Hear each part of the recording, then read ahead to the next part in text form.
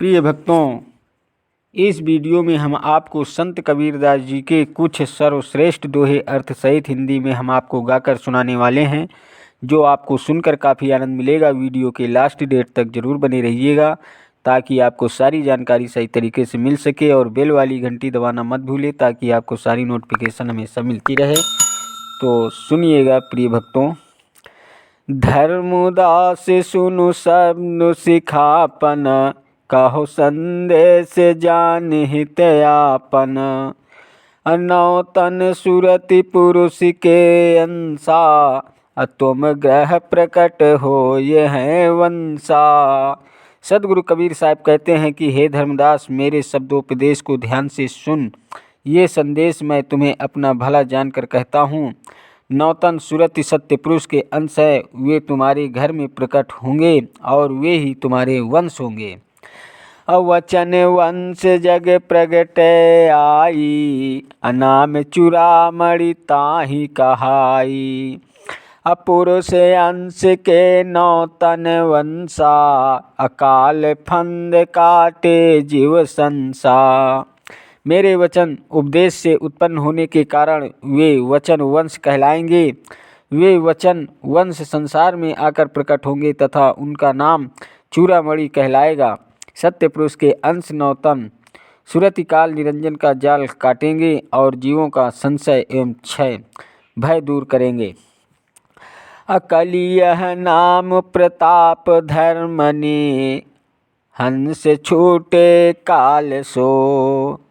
सतनाम मन वच दृढ़ गहे, सो निस्तरे यम जाल सो। यम तासु निकट न आवई, जेहि वंश की प्रतीति हो।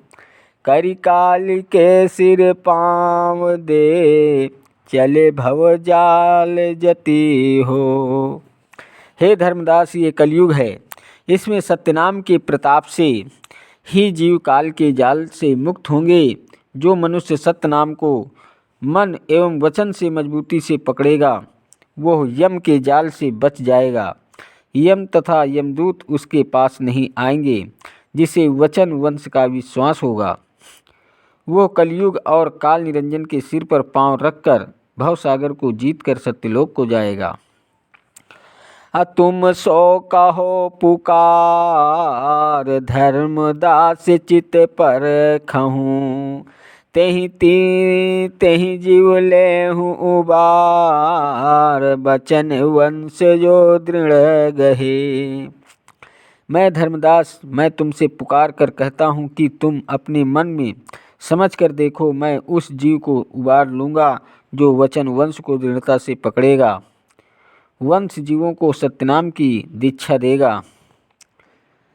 हे प्रभु विनय करो कर जोरी, कहत वचन जीव त्रासय मोरी।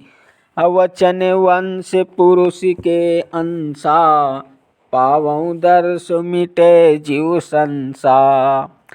ऐतनीय विनय मान प्रभु लीजय, हे साहिब यह दाया कीजय। तब हम जानहि सत्य की रीति, वचन तुम्हारे होए प्रतीति। धर्मदास जी कहते हैं कि हे प्रभु, मैं हाथ जोड़कर आपसे विनती करता हूँ, परंतु कहते हुए मेरी आत्मा डरती है। वचन वंश सत्यपुरुष के अंश हैं। यदि मैं उनके दर्शन पा जाऊँ तो मेरे जीव का संशय मिट जाए। हे प्रभु, मेरी इतनी विनती मान लीजिए। हे साहिब, मुझ पर यह दया कीजिए, तब मैं सत्य की रीत समझूं और आपके वचनों पर मुझे विश्वास हो। सुनु साहिब यस वचन उचारा, मुक्तामणि तुम अंश हमारा। अति अधीन सुकृति हठलाई, तिन कह दर्शन देहु तुम आई।